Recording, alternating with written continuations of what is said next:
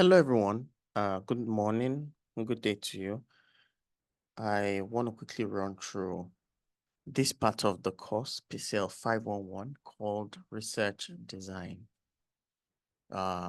Just going to run through a simple guide, hoping that it's able to help you both with your future research endeavors and also give you a very, very interesting understanding of research and how to go about it. The reason why I think we do research is because um, we're trying to pursue a fair understanding or a clearer understanding of the world around us and also identify how best or how feasible to solve problems or the best path feasible to solve a problem. It may not be the most efficient, but at least we end up solving the problem, right? And so research is a careful and systematic way of solving problems and gaining new knowledge in the same endeavor, right? One thing about research, even though it's a process of discovery and advancement of human knowledge, is that our contributions, right, our discovery, our unearthed knowledge make an innovative an innovative enterprise, right?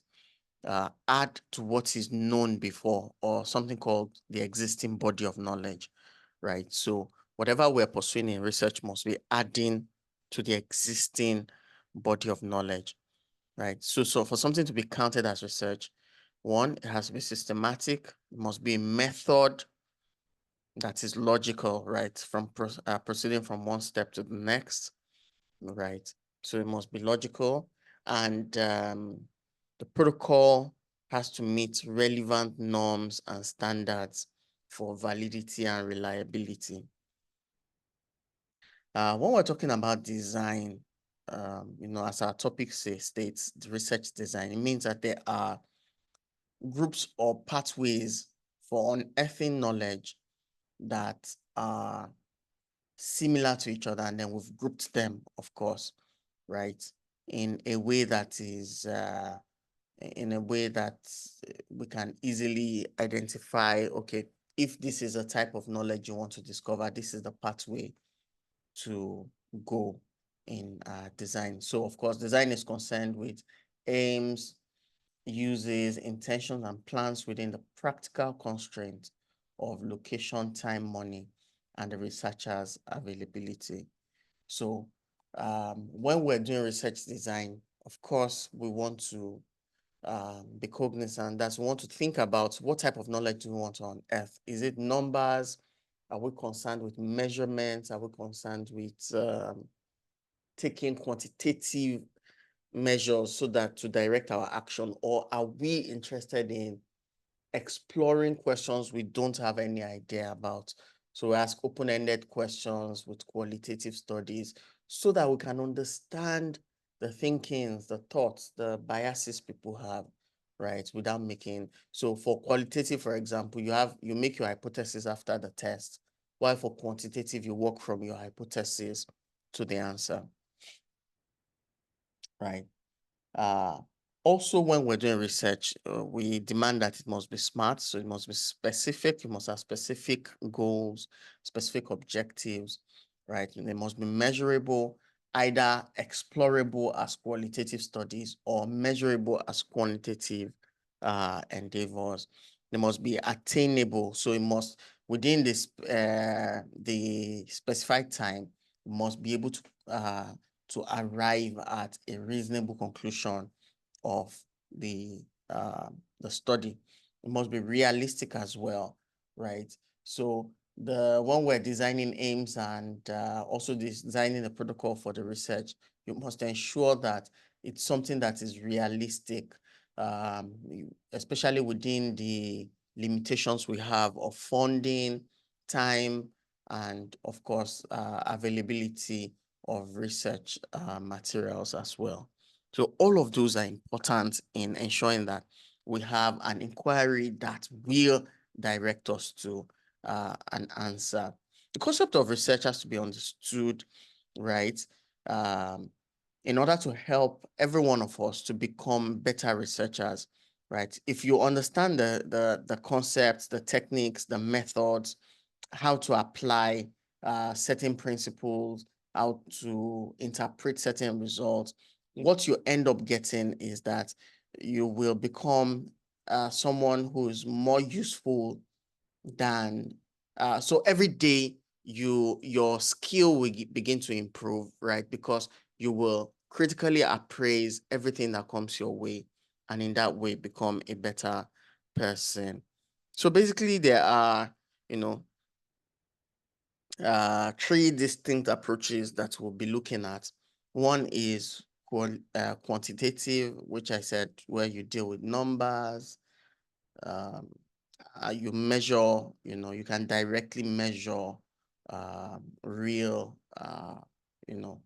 real things. For example, you can measure blood pressure, you can measure someone's height, you can measure blood sugar changes, you can measure creatinine, you can measure, right? So quantitative relates to numbers that have meaning, right? Um, Qualitative as well, right?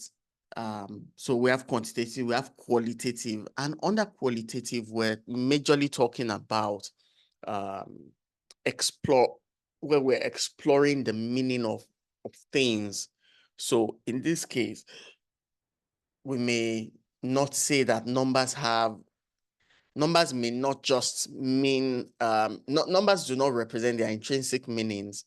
They may represent something. For example, when you ask a patient between 1 and 10, with 10 being the worst headache you've ever had, how do you rate your headache currently? And the person says 4.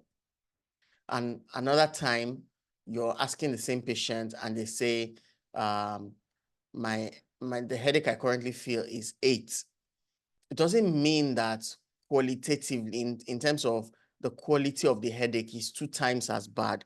It could just be that there are other things that are also impacting that person's quality of life the second time that makes them feel like, oh, this headache is far worse, right? For example, headaches from a breakup, uh, which results in emotional discomfort and headaches, they may feel very much worse than headaches resulting from tension. Maybe you've overworked yourself or you're dehydrated, right? So let's be mindful of that. In qualitative, you can assign numbers to stand for something, but they are not intrinsically, they do not hold that intrinsic value, just like the example I just cited. And then the last one is mixed method, where you can either move from quantitative to qualitative or move from qualitative to quantitative, or even do both at the same time, like some questionnaires have, So those are the three main branches that, or three main different approaches that we're using. And in this lecture, we're going to see how to apply them. So research design is the plan for connecting the conceptual research problems to the pertinent and achievable empirical research, right? So this is the way we think about problems, how we conceptualize problems. For example, you may see a problem like smoking and lung cancer, for example, and be like, in the last 20 years, most of the patients we've seen in our clinic, right, that have reported and we have diagnosed with lung cancer have been people who have smoked, who have been smokers for the last 4 years, right? Only one of them came up and is not a smoker, right? And that could help you begin to think back on, okay, is it likely that smoking is a risk factor for lung cancer? Or is it the age at which they started smoking? Or is it the sex? um, of the individuals presenting the um, with the lung cancer, or is it even maybe their dietary choices or their genetic on inheritance, right? So all of that helps us. That's like a conceptual framework of thinking about the problem. Another way is also we can think about maybe if we're thinking about access to contraceptives, for example, we could say, okay, young people are complaining that they're not able to access contraceptives, which is supposed to be free through public health systems, right? All contraceptives are supposed to be free according to the National Family Planning Blueprint. But young people are saying that they are not able to access it through the health centers. So what is wrong, right? So you may think, okay, is the problem probably because these young people often spontaneously have sex and do not plan ahead for their sexual encounters, so they don't have the time to go to the hospital to pick up their supplies? Or is it related to the fact that the hospital itself is staffed by doctors, nurses, pharmacists who will wash you down when you go in to pick up you know either a condom or a long lasting reversible contraceptive? Is it related to that problem? Or is even the problem that when you go, they are nice, but they don't have stock available, right? What is the problem? Or is the problem that those stock are actually available, but there is, that angle of you have to pay for consumables, and those consumables are priced almost at the market value of the contraceptive you're supposed to pick up, and so it becomes unaffordable to the young person. So those are the conceptual frameworks, right? In one, we're thinking about how is a disease formed. In another one, we're thinking about what are the social determinants, that contribute to this person not being able to have access to treatment. In another vein, we may be thinking about the problem of adherence and say, why is this person not even using their drugs?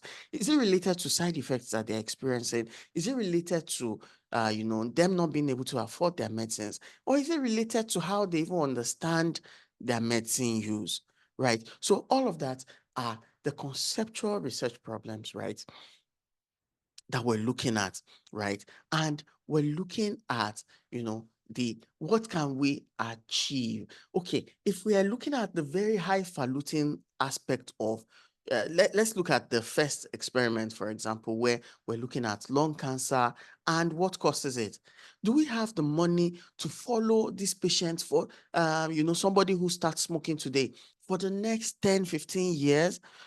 Right? Is someone who is doing their research at final year for 500 level willing to wait for 15 years to conclude their research before they report it and then they graduate in 15 years? Of course, that's no, right? So we look at, okay, can you do a retrospective study where you just look at patients with lung cancer right now and do a historical review? When did they start smoking? Is it likely that the odds for smoking and cancer and lung cancer is much higher among, is the odds for lung cancer higher among smokers than non-smokers, right? So we choose our research design based on a catalog of possibilities that are available to us as researchers. Of course, we remember that it has to be based off of the conceptual reasons or that we are using to understand the problems that exist, right? So research, we can phrase it as an inquiry that provides specific, our research design, we can frame as an inquiry that provides specific direction for procedures in a research. Okay? So it's a step-by-step procedure which is adopted by you before data collection and analysis processes commences in order for you to achieve the research objective in a valid way. Very, very important, right? Now, our research design determines the kind of analysis that we'll be able to do. in order to get our desired result, right? When we're doing the research design is where we will determine if it is qualitative data we're going to collect, or if it is quantitative data we're going to collect, or if we even collect both types. And based on that, right, we'll determine the methods that we're going to use to collect the data and analyze the data. So for example, if you're analyzing quantitative data, there are certain statistical methods that are useful, right? And then if you are analyzing, even though I'm going to send you notes on, the statistical, how to determine the statistical methods for data analysis, it's not going to be part of your exam, okay? I'm going to send you documents that will help you identify the kind of data analysis you should use, but it will not be part of your exam, okay? Now, so if you're doing qualitative study, right? Of course, you're going to be doing deductive reasoning. You're going to be doing thematic analysis. You're going to be doing probably ethnographic, simulations. Extracting words from what people have told you to design meaning, to what they have said.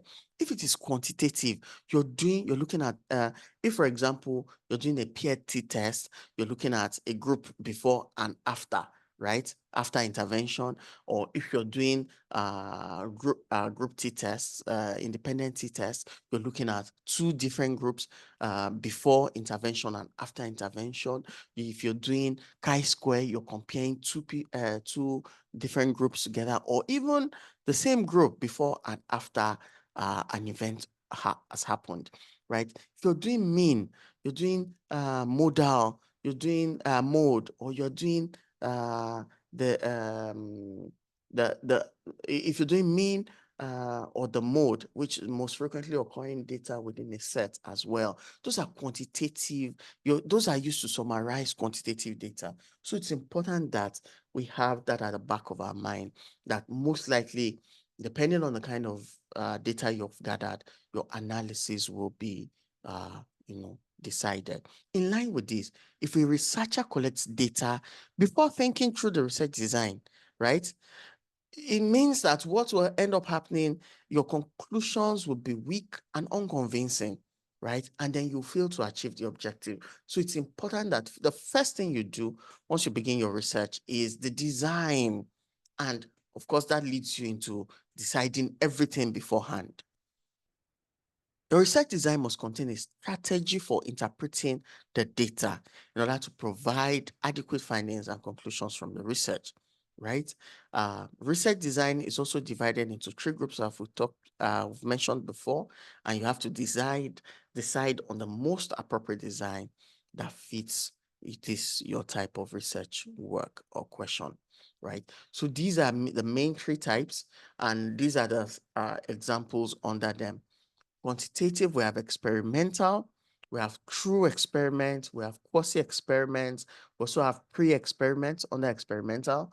Then under non-experimental, we have things like survey research, we have causal comparative research design, and we have correlation design, right? Under qualitative, we have case studies, we have narrative research, we have phenomenological research, we have grounded theory, we have ethnography, and we have action research. Now, under all of these, right, there are also two main ways of collecting data in qualitative. One is key informant interviews, where you are interviewing one person at a time because of their knowledge about a situation, while the second one is focus group discussion, where you bring a group of people who are knowledgeable or affected by something, by a situation, and then you interview them together and collect their thoughts during the interview. Mixed method is where you combine these two, the previous two together to design research. It could be convergent, could be explanatory, and it could be exploratory sequential, right? So it could be that you use both to arrive at a point which is convergent. It could be explanatory sequential, meaning you start with quantitative, you go to qualitative. Could be exploratory, sequential, where you start with qualitative and you go to quantitative. Now, because population is usually large and we're always thinking about cost and cost of research and how to ensure that research can be done, we talk about sampling. And for example, if you want to do a research, with patients that have lung cancer. That's the example we started with in the beginning. I think it's useful to continue that train of thought. If we look at patients with lung cancer in Lagos State, we may not be able to realistically sample all of them. So when we say patients with cancer, that's the population. If we say patients with cancer in Lagos State, that's the population. In order to do our research properly, we need to sample in a representative way. Okay, so we need to choose a few people that will now be able to generalize our findings. If we don't choose a few people that represent the population, it's either our conclusion will be wrong or our conclusion will be limited to just the sample we have taken. So this is a very important consideration in research, even though we're trying to ensure that we don't spend too much, by sampling the population, right? And we're saying, okay, just take a sample, just take a few of the people that have this condition and do your research with them. And once that is done, then you have, then we have our research results. So sampling is a technique of selecting individual members or a subset of the population to make statistical inferences from them. That's, when your result comes out, you can do statistics and say this extends to the whole population, right? And estimate the characteristics of the whole population. So when you choose your sample, maybe 400 people out of a population of, 1 million, you sample and you've chosen your sample, and then you do your research with them, and you take your inferential statistics based on the measurements you've taken, right? At the end, you can generalize the finding to the entire population if you have done your sampling well, right? So there are two ways as well to do this sampling. So different sampling methods are widely used by researchers, both in market research and clinical research, so that they do not need to research the entire population to collect actionable insights. Now, why do we sample? One, time convenience and cost. Okay, these are the main reasons why we do sampling. Time. We don't have all the time in the world to reach everybody in Lagos. Two, cost. We do not have enough money to pay researchers to go around Lagos to do all of this. Neither will you when you are doing your final year research. So cost is a very, very important part of this. Now, sampling techniques can be used in research survey, right, for optimum derivation. What this means is if we use if we're doing statistical sampling, probability sampling, right, we can use statistical software, even what's it called? Excel, right, can help us generate random numbers so that we can choose a probability sample. Okay, a probability sample is a sample that can be used to generalize to the entire population. There's also another one called non-probability sample. The non-probability sample is chosen conveniently. We are not bothered about generalizing to the entire population. For example, if a drug manufacturer wants to know the side effects of a drug in Nigeria, right? It's almost impossible to conduct a research on everybody that has used that medicine in Nigeria. So what they do is they look at, okay, we either sample from every state, or let's even just choose Lagos State alone and say we want to sample from Lagos. So they look at maybe all the LCDAs in Lagos and sample people who have used that medicine in all the LCDAs, right? That's a probability sampling. And then they can report from that, result. Now, remember I said that there are two main sampling types. There's probability sampling and non-probability sampling. Probability sampling is a technique where you select a few criteria and choose you choose respondents from members of the population randomly. In this case, all the members of the population have an equal opportunity to participate in the sample with this selection parameter. And there are four methods of probability sampling. There's simple random sampling, there's cluster sampling, cluster random sampling, systematic random sampling, and stratified random sampling. Under non-probability sampling, we have convenience sampling, we have purposive or judgmental sampling, we have snowball sampling, and we have quota sampling, right? Under non-probability, we just choose members for research, right? We are not bothered about the selection criteria. We're not bothered about the probability, ensuring that everybody has the probability of choosing, of being chosen. We're just saying that the people that happen by happenstance, by chance, just fall into our area where we are choosing people, we just choose them at that time. So that random we're talking about is different from intentional randomization that we're talking about in probability sampling. It just means that people come to that means the people we are choosing is just by chance, okay? Unlike probability sampling where we intentionally select a criteria and then choose members of the population randomly. I hope that is clear. Okay. Now, let's quickly X-ray probability sampling so that you can understand this better. On a simple random sampling, remember we said that for probability sampling, we've chosen the criteria and then we now intentionally ensure that everybody in that population, remember, for example, that example that I was given, right, about people with lung cancer.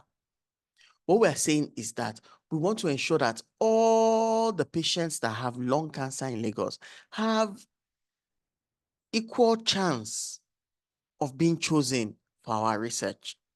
So what we will do is we'll go to Lutz clinic, right, and ask them for access to something called the cancer database, and then choose patients with lung cancer in Lagos, right? And then we'll now, against that list of name or that register, we'll now assign numbers, right? So maybe let's assume that there are 38,000 people with lung cancer in Lagos. So that's from number 1 to 38,000. We now take that number 1, we now go to Excel. We now say, Excel, let's say that our sample size after calculation is 400. That's, we can only work with 400 patients. What we'll do is we'll now say, Excel, generate random numbers for us between 1 and 38,000. So Excel will generate just random numbers, right? Remember, the characteristic we've chosen is that they must be on the cancer registry and it is based on their number on the cancer registry. So we have identified a characteristic with which we are doing random sampling. So immediately Excel generates the number. Everybody that falls within the number that Excel generates, maybe Excel gives us 1, 16, 82, 68, right? All of those numbers are the people that we will now contact and include into our design. That is simple random sampling. Another way we can do it is, if you've been to a bazaar before, you understand this very well.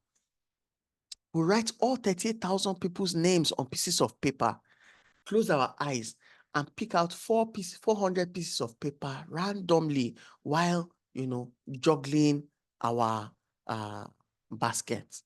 Okay, that's another way to do simple random sampling. Just pick pieces of paper out of a basket. The next one is cluster sampling. And in this case, what you do is that you as a researcher, you divide the entire population into sections or clusters that are similar or live close together if you're using location. For example, if you're using location, you'll be like um, people with cancer who live in Surulere, people with lung cancer who live in Mushin, people with lung cancer who live in Ikeja, people with lung cancer who live in Ikorodu, people with lung cancer who live in on the island, Lekki Ajah axis, right? So you use clusters of people who live close together. But remember that our clusters are not the location, but the people. So people with cancer who live in Surulere. So we'll go there and then sample people in Surulere. We'll go to Ajah, sample people in Ajah. We'll go to Lekki, we sample people living in Lekki, cancer patients living in Lekki, right? So in that way, we'll have a representative sample from all over Lagos, right?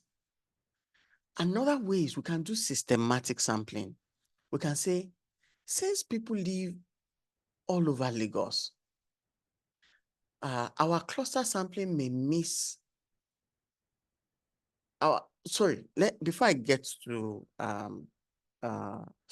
strata, which was what I was about to say, let me first explain systematic. We can also use systematic, where we say every patient who comes to the clinic on, let's assume that lung cancer clinic is every Wednesday. We can say, okay, for the next 2 months, we'll be at the clinic, lung cancer clinic, and every other patient that comes in, we'll approach them to recruit them into our study. So every other patient is X plus 1, right? So the first patient is X. We don't choose that first patient. We choose the next patient after that, which is X plus 1. We don't choose the third person that comes to the clinic because they are X again. We choose X plus 1. So there is a systematic way that we are scaling one person to choose the next respondent. Or we can say, let's do X plus 2 and say, we'll choose the first, after the first person comes in, we'll count 1, 2, and then we'll choose the next person. So it will be the third, the 6th, the 9th, the 12th, right? In sequence. That's how we'll pick patients in the clinic that day. And we can decide, let's do X plus 5. So we choose the 5th patient, we choose the 10th patient, we choose the 15th patient, we choose the 20th patient, we choose the 25th patient, and so on and so forth, until we finish recruiting the number that we want to recruit. Okay? It is the least time consuming. Just get to the clinic that day, and then as they present, you just be recruiting according to your system. Very, very simple. In fact, most studies just decide to use that, except when there are, serious issues with the research. Most people just go with systematic sampling because it's very easy to implement. Now, there's a problem with cluster sampling. You miss out people who are on the fringes, right? For example, Lagos has rural and urban areas, right? You most likely miss out on people who live in rural areas if we use cluster sampling. So the way to avoid that, right, is a more complex method called stratified random sampling, where you divide the entire population into smaller groups that don't overlap, right? And then you now sample them in an organized way from each group. Take, for example, if we want to sample lung cancer patients from Lagos State, you can do this by saying, okay, let's take all of the LCDAs in Lagos State, right? And then from each LCDA, that's which is the first strata, the LCDAs are the first strata. Then each of them will identify urban and rural areas and choose one each. So one urban area, one rural area from Lekki Ekpe from Ekpe LCDA, one urban, one rural area from Ikorodu LCDA, one urban, one rural from Mushin LCDA, one urban, one rural area from each of the LCDAs like that, which will form our second strata. And then the third is that we'll now choose 10 streets or 10 houses from each of these LCDAs, right? Which forms our third strata. So from each of those houses, which would have listed their addresses down, you can see how complex it has become. From each of those houses, we now go there to ask, to speak to the person that has lung cancer in those areas. And in that way, we'll be able to exhaustively say that we've sampled exhaustively in Lagos State. The challenge is that it is time consuming, it is resource intensive, because one person cannot design stratified random sampling process. One person can carry it out. Very, very expensive to, carry out, right? So it's usually exhaustive, it's usually the best, but very expensive and resource intensive and time consuming. Now, why do we use any of these 4 methods at all? The reason is because we are prone to bias. We are prone to bias. When we do probability sampling, we are able to remove our own bias and leave it in the hands of a systematic process, right? That largely, zeroes our bias. It's not as if bias still won't be there, but to a large extent, because we're relying on a method that we cannot determine to help us choose, then it becomes free of bias largely. Now, secondly, with a diverse population, probability sample provides the fairest representation, provides the best chance that anybody can be, chosen. The third one is it creates an accurate sample for us, So please note this. These are the benefits of using probability sampling method. If we decide to go the way of non-probability sampling, it means that we do not predetermine how we will survey, we'll carry out our research. Means, for example, if we're doing convenience sampling, it means that day, right? You just probably go to a mall or a busy street and sample people there. If you're doing a questionnaire, for example, you just go to Mushin Market and give people who are willing to, answer that day. For example, a lot of startups and NGOs do that. They will come and meet you. Maybe you go to the mall. They will come and ask you questions if you've used their product before. If you say you've not used it before, they'll go to the next person, right? And so that's in that way, it goes on and on until sometimes they come to you and ask you, can you test this product? And then you test it and then they ask you, so how does it feel? Sometimes they go, maybe people who are importing new products, maybe like tomatoes or even fruit drinks, right? They do a tasting stand, right? Where you can go, when you go to the mall, you just see them, they give you a small cup, you taste it, and if you like it, you can buy some samples to take home, right? So convenience sampling, because the researcher's ease of carrying it out and getting in touch with subjects is just based on the researcher's convenience. It's convenient for you to go to the mall. It's convenient for you to go to the busy place, and then you get your research done. For purposive sampling, or sometimes called judgmental sampling, right? You select people based on their characteristics. Remember when I was talking about if you go to the mall and then you ask them, please, do you have cough? And they said no. of course, you won't interview that person. And then you ask the next person, have you had a cough in the last one day? They, yes. So last night I was coughing so much. What caused your cough? What did you use? And did it help? Right? That's purposive sampling. So you are recruiting only patients that have a certain characteristic, and anyone that doesn't have it, even though they may have insights to give you, but you will not include them in your research. So purposive and convenience are similar. In fact, sometimes they are used interchangeably, but the fact remains that for purposive sampling, you actively remove people who you feel will not contribute to your research direction. And for snowball sampling, it's usually used where your research topic is sensitive, or there may be some ethical dilemma. For example, if you're doing a research about contraceptive access for men who have sex with men, right? You can't go to the street and be asking people, hello, sir, do you have sex with men?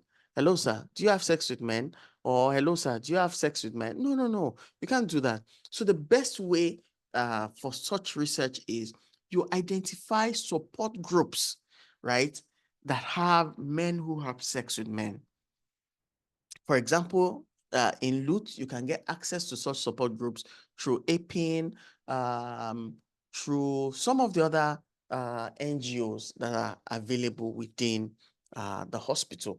So if you reach them, you can say, please, I'm trying to do this research. I've taken my ethical uh, what's it called?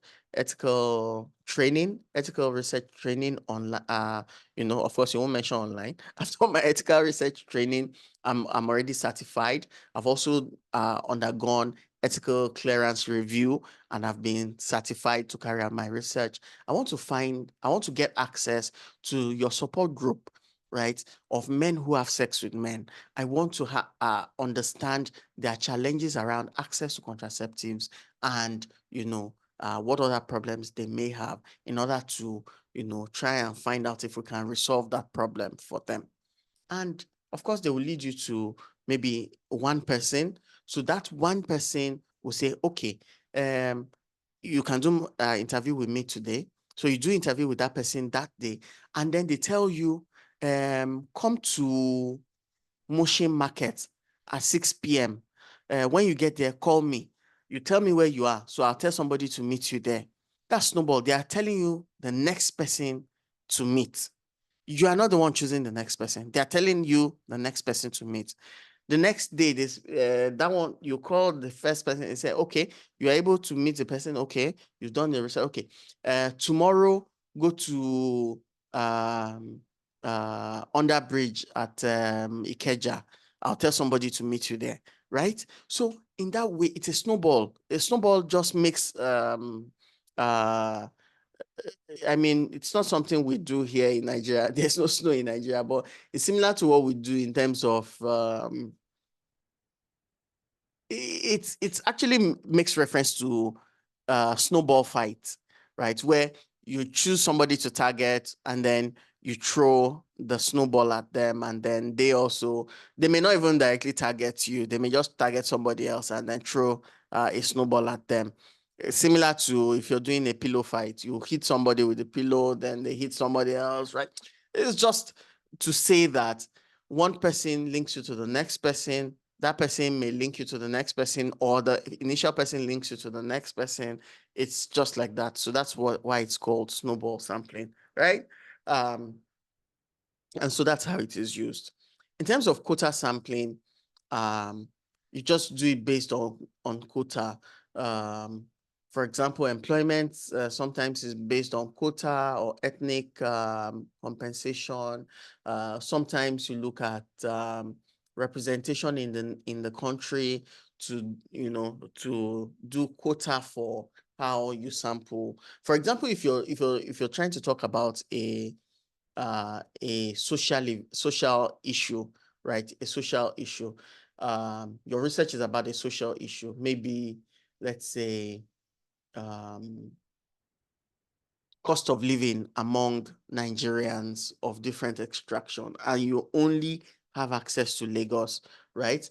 You remember that in Lagos, we have a Hausa community, we have an Igbo community, we have a Yoruba community, we have other tribes as well, right? So what you try to do is you try to sample from all of the communities that I've mentioned and in a representative way. For example, you can do 3 people who are Hausa, maybe 2 people who are Yoruba, 2 people who are Igbo, maybe one ethnic person, one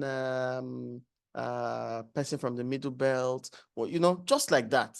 That's quota sampling, right? There's no randomization around it. It's just you want to mimic what happens at the population level. Now, when do we use, or why do we use non-probability sampling? When we want to create a hypothesis, we just want to understand what happens, what relationships are like in our variables. So we use it to create a hypothesis for preliminary studies, for qualitative or exploratory research. Since exploratory research is not generalizable, we use it reduces cost. And then in terms when we don't have enough money or resources or time constraints, we use quota sampling as well. Now, that is it with sampling. Remember what we said about sampling? We do sampling so that we do not have to reach the entire population to make conclusions about the population. We do sampling because of shortage because of limitations in both time and resources, right? And our sampling can be probability or non-probability. Probability sampling includes simple random sampling, cluster random sampling, stratified random sampling, and systematic random sampling. Our non-probability cannot be generalized to the entire population. It is not based on predetermined characteristics. It is not randomly assigned. All the population do not have the same chance of being represented in a sample, right? And of course, there are 4 methods as well. We've talked about convenience sampling. We've talked about how you can go to a populated area, choose your sample. We've talked about judgmental or purposive sampling, where you remove people who do not fit your research study and you just choose them in without any randomization. We've also talked about snowball sampling, where if you have very sensitive research topics, your best bet for researching, for getting respondents is to do use snowball sampling to identify your respondents. Then we also talked about quota sampling, where we can mimic the general population. Remember the reasons why we use these different research methods, right? These different sampling methods, right? And those are very important. So let's talk about the research designs themselves. We'll start with quantitative. We'll look at methods under quantitative. They're very important. And then we'll look at the methods under qualitative. And then we'll summarize with we'll do mixed methods as well. Then we'll summarize and look at, how to do our research design. Our research design at the end, right? Even though it's just a page or two, but the understanding of all of these things we're talking about will help you become, a pro in pulling up research proposals. So let's start with quantitative research design. Remember what we said about quantitative research design? We said that it deals with collecting numbers, right, and measurements, right? So quantitative research design is a technique and the use of measurements that provides or produces quantifiable or discrete values, okay? The collected data results from empirical observations and measures. What does that mean? They arise from measurements like blood pressure measurement, measuring distance, measuring height, measuring growth, measuring things that you can measure you can quantify. That's what this refers to. It requires a lot of time to plan and execute, right? And we always use close-ended responses. For example, if you ask what's the patient's blood pressure, it cannot be around 120/80. No, it is a specific number. It is 122/79. Okay, it is an average 132/84, right? It's a specific number. It's not open-ended. Okay, it is not what's your blood pressure? My blood pressure is fine. No, that's not the answer to the answer to what is the blood pressure is a measurement and a finite response. Okay, so quantitative research is considered as an analytical approach towards research. Why? Because we can use it to determine things that are related to the population. Okay, researchers elaborate, regard the world as being outside of themselves, and there's an objective reality that can be measured, right? Now, the objective reality is to be broken down into small these are just the basics to say, if we're looking at, when we say the objective reality, for example, is when we look at all the students in pharmacy, right? We can objectively look at them to say, oh, this social number have blood pressure of within normal range. Certain number have blood pressure that may be elevated. Certain a number have blood pressure that may be lower than what is normal. So you can easily measure things and also assign people into groups. Okay. And the relationship between variables, right, enable us to generate data or test hypotheses. For example, how many people have headache when when exams are on, right? We can say, is it related to blood pressure, right? Those are two different variables: headache, blood pressure. Headache, water, water and hydration. So how much water do they drink, right? So we can take measures. For example, maybe before your exam starts, right? We can say, okay, let's measure the blood pressure of all the students 1 week before exam. We measure their blood pressure the Sunday before they start exams. We also measure their blood pressure during exam and measure their blood pressure after exams. And then we'll ask all the students every day, are you having a headache or no? Right? In that way, we'll be able to identify those patients, those students who experienced headaches, if it was related to elevations in their blood pressure. Of course, elevations in their blood pressure, we can say that's related to anxiety or other things that can affect, even diets that can change during exam. For example, some people's diets will change from eating cooked food, right, to eating out. They may not be able to cook in their rooms anymore, so they begin to eat out. And those who can't afford to eat out may begin to rock gari, or cereals, right? So those are different things that so those are variables, right? And the relationship between them or the interplay between them is what we measure in quantitative research. We can also design from our conclusions, right?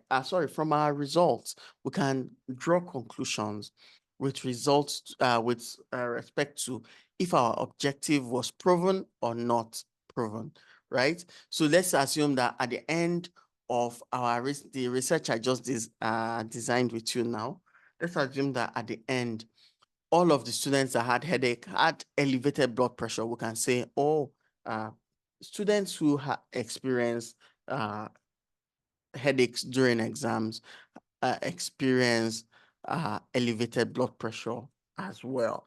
And this could be related to either the dietary changes during exam or anxiety during the examination period. Okay, and this is important. So research design, which is the process of collecting and designing, collecting and analyzing this data, right? For quantitative, applies mathematical and statistical methods, focusing on experimental or non-experimental methods, right? To generate the data and then generalize to the study population.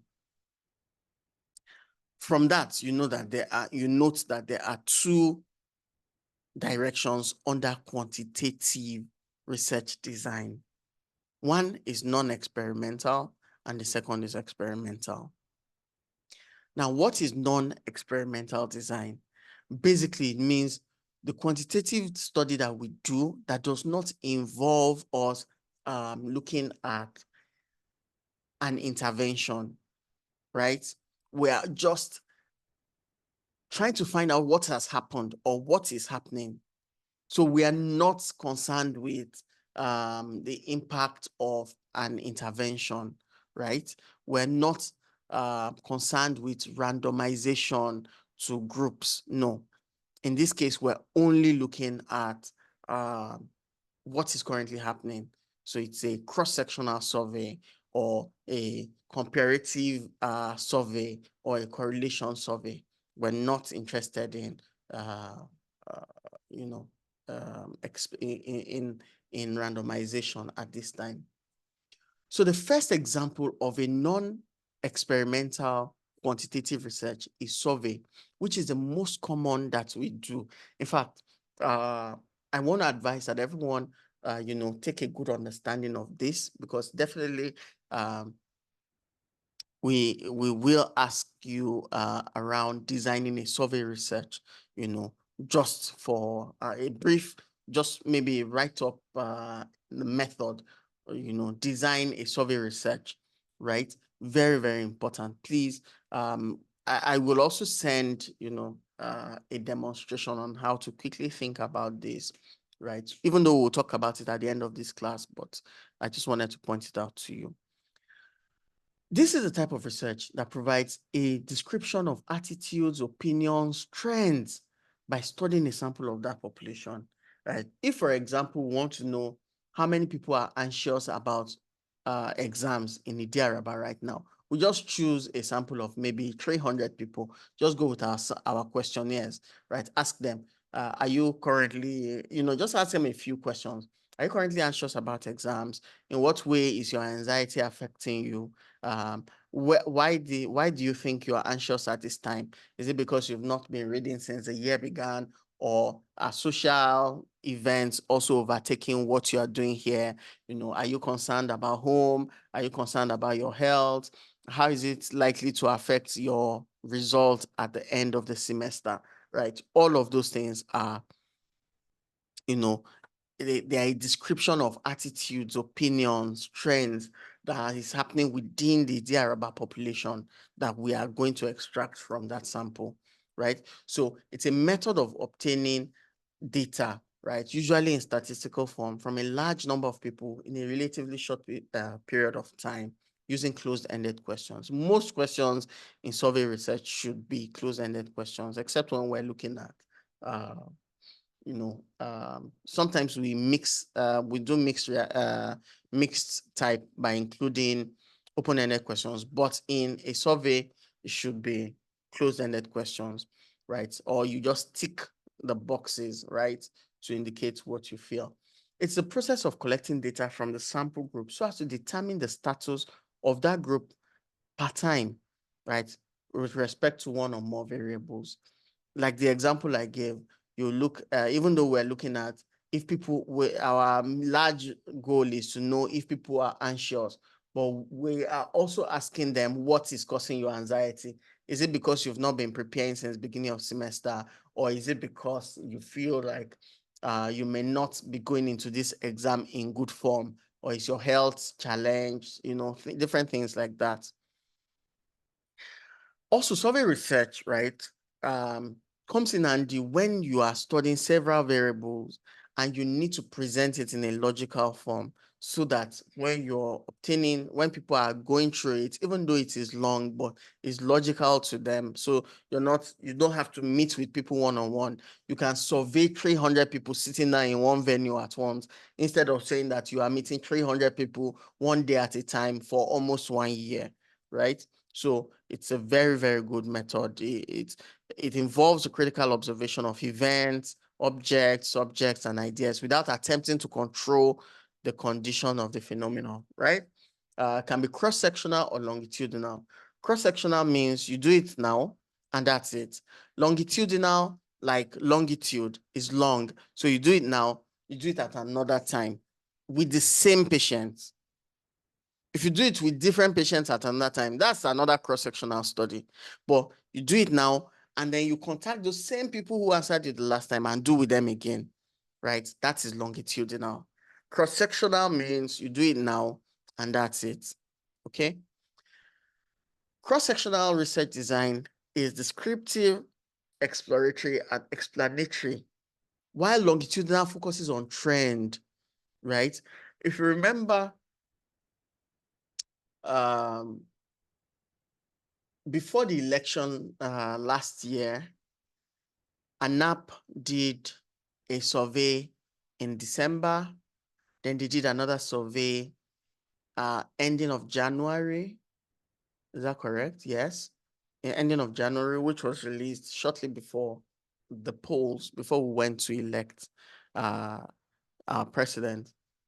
Now, that is a longitudinal study.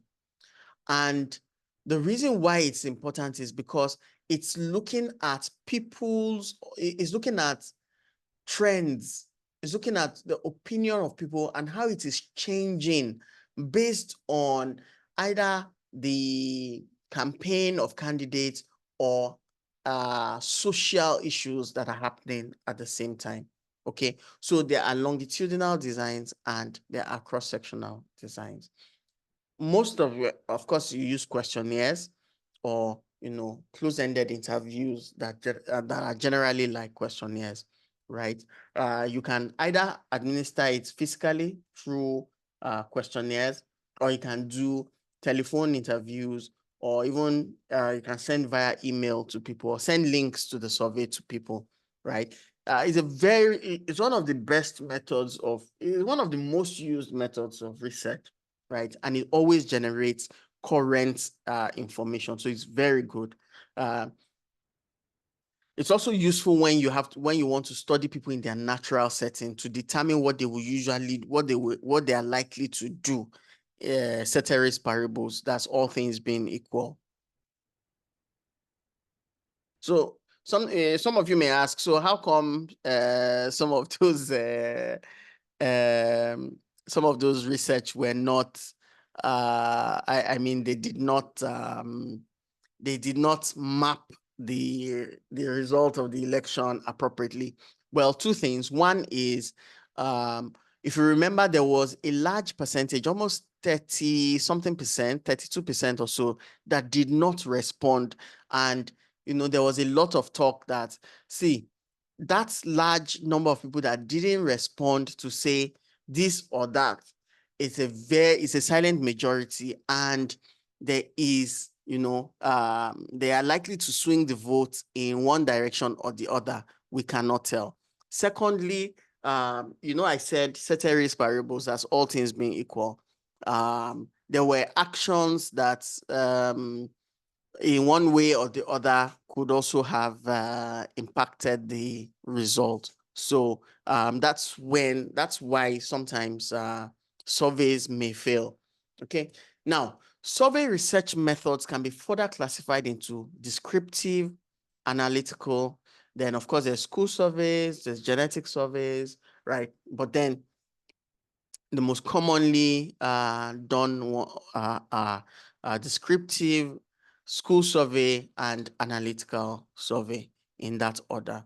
Descriptive, school survey, analytical. You don't have to cram that. I'm just giving you by way of information.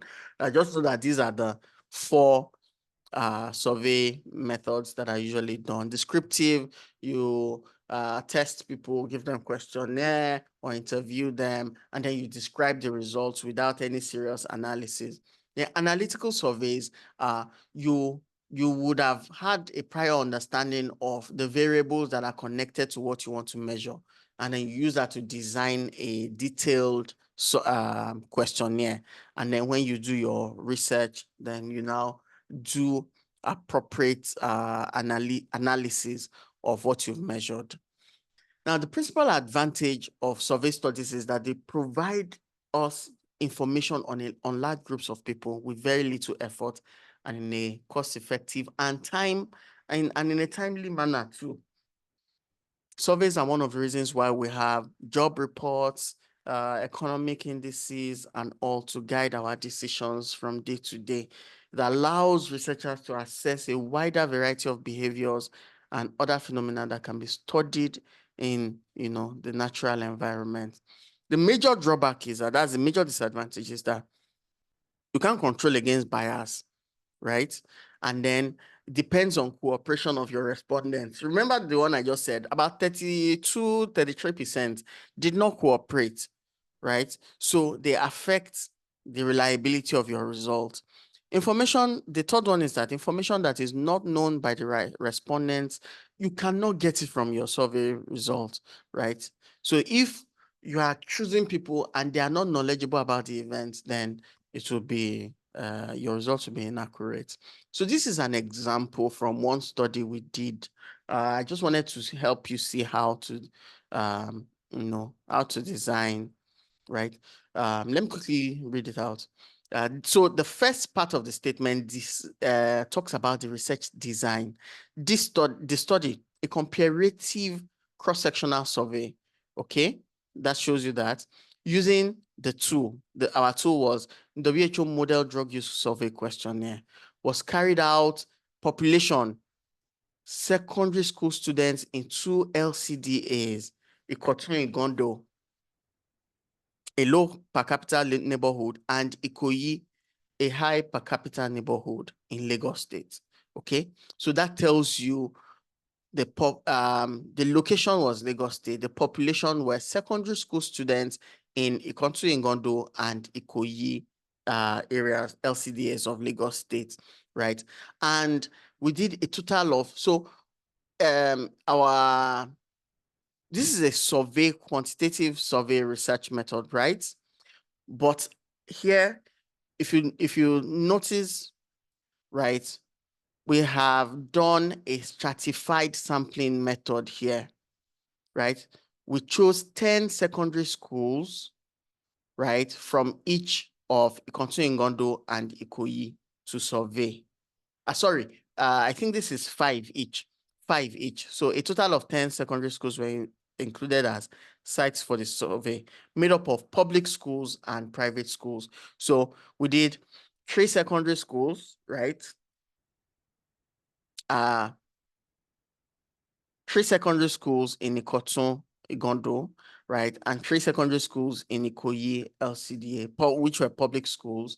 Then we did, so this is the third strata, if you've noticed. So we did Lagos State, 1 strata, the LCDA, strata 2, the secondary schools, which we listed here, strata, the secondary schools, of course, public and private, right? Which was strata 3.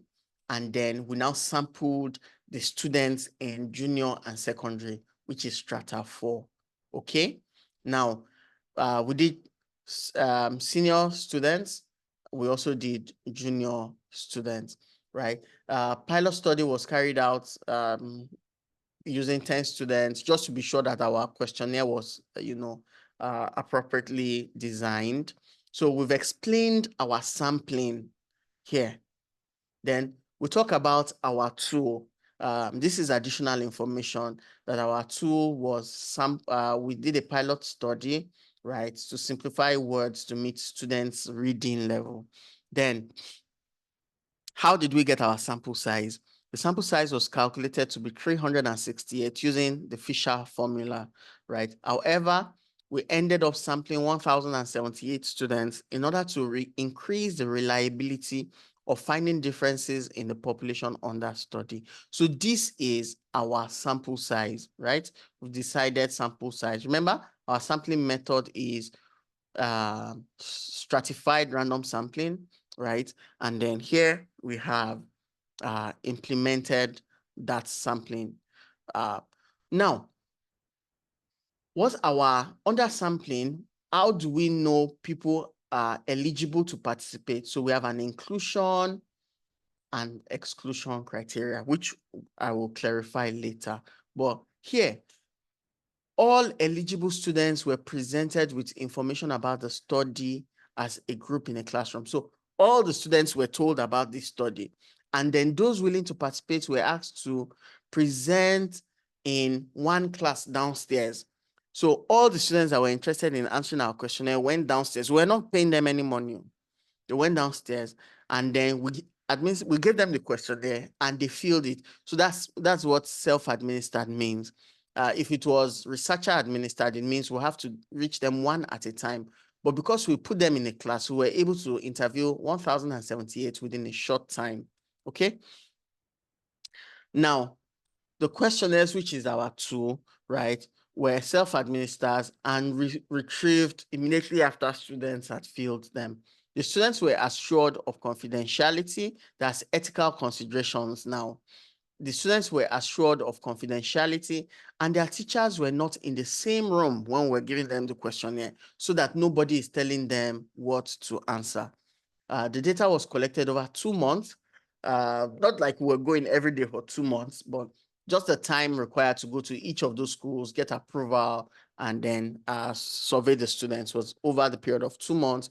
And then we summarized using appropriate descriptive statistics and tests of association. So this is an analytical survey, okay?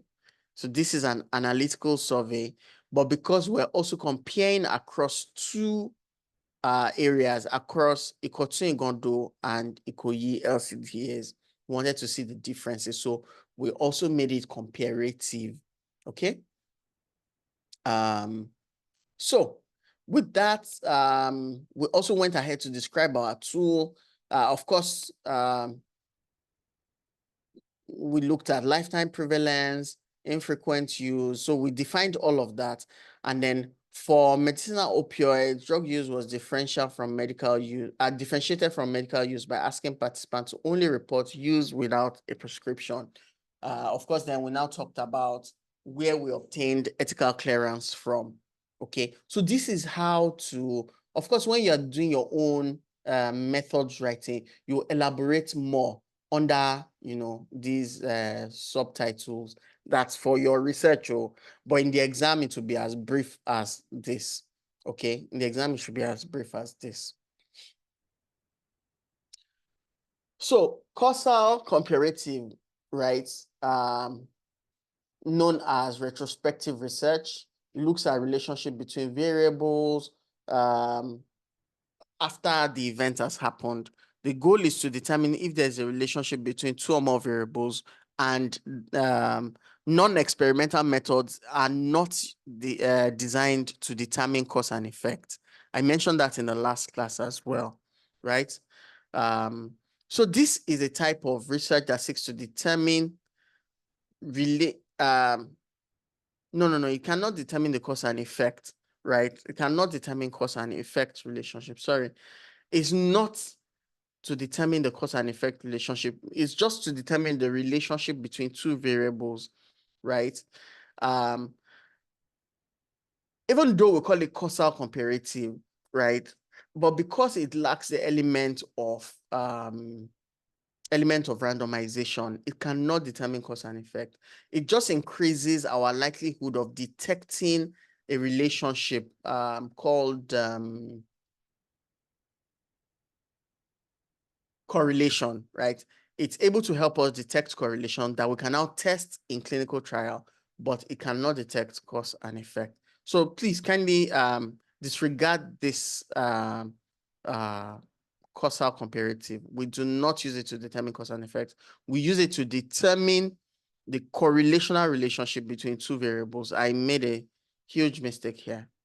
It's used to determine correlational relationship. Thank you.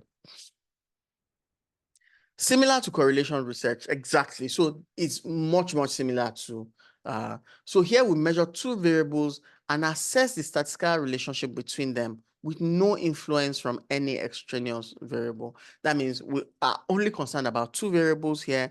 We are not looking at how an external impact, changes any of them. Consider hypothetically, a researcher is studying correlation between cancer and marriage. In this study, there are two variables, disease and marriage. Let's say that everyone that is married, right, did not have cancer. This does not mean that, or rather, this means that married people are less likely to develop cancer. However, it doesn't necessarily mean that once you marry, you directly avoid cancer. No, it may actually be that just by selection, right, we married people are more likely to choose spouses that are healthy. Okay, and so they are biased. Most people won't marry somebody with cancer, right? And so there's a bias for healthy partners. So in that way, we cannot interpret it that marriage prevents cancer. No, it's just that married people are more likely to choose healthy partners. Okay, and what's the characteristic of correlation research? It is non-experimental, it looks back, and it is dynamic. Okay.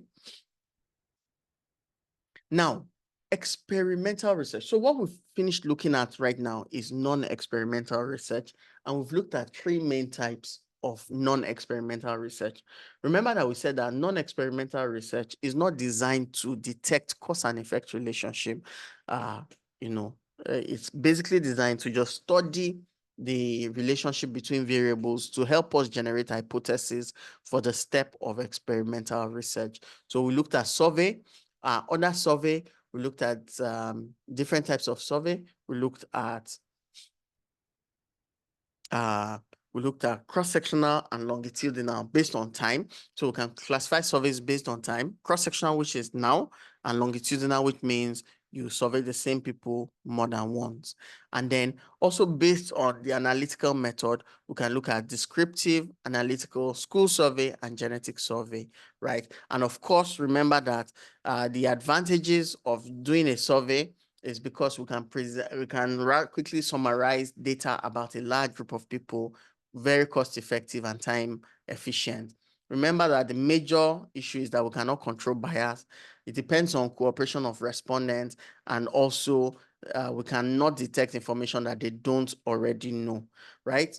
Remember that we talked about how to design methods for cross-sectional survey. Now, remember that also we talked about ex post facto or causal comparative. Of course, these are similar to correlational survey research. Now, let's look at experimental research. So we've dealt with non-experimental quantitative research design. Now we're dealing with experimental research, quantitative experimental research, right? Experimental research is the investigation where one or more dependent variables is manipulated to measure the effect on one or more variables. So here you can have two variables, for example, smoking and lung cancer, right? So we can manipulate smoking, right? To say some people should not smoke, some people should smoke. Does it affect the number of people that get lung cancer in the two groups? Okay. Or we can say,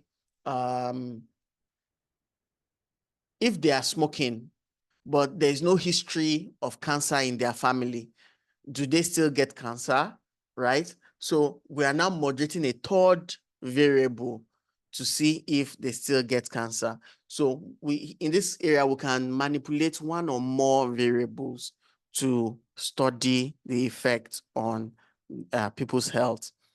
This can be used to determine cause and effect relationship on selected subject matter. For example, the lung cancer study, right? It employs the use of two groups, namely the experimental and the control group, right? In this case, the experimental group is the one that we are manipulating, that we are giving the treatment or the exposure. For example, the experimental method in our lung cancer study is the one that is smoking, while the control group is the one that is not going to smoke. Okay? All we are telling them to inhale is just air, right? Depending on the quality of the air. In Lagos State, the quality is so bad, right? But we are not exposing them to smoking, okay? Either first-hand or second-hand smoke, we are not exposing them to smoking at all, okay? Now, experiments are performed where the researcher needs to have control over the situation. If you can't control people smoking, right, then we cannot honestly determine if smoking is the one that leads to lung cancer. But if we're able to determine that, okay, this set of people will not get access to, let's assume that we're even testing a cough medicine, and we say, okay, this set of people will not give them cough medicine, right? We'll only tell them to take water warm water when they're having their cough, compared to, which is placebo, compared to another group, which we are giving our cough syrup that we have developed, right? And then we watch them until their cough disappears. And then, of course, if we are not able to control that group that we are not giving medicine and they are taking the medicine behind us, then our research has failed. But if we're able to control them, so sometimes it may involve bringing people and housing them in a research facility for the period of study, just to ensure that they do not get exposed to things that you don't want them to get exposed to. At other times, they go to their homes but present regularly. They come back regularly to show themselves. And then, of course, you take measurements when they show, right? So that's a control group. And then the experimental group is also there. So in that way, right, we have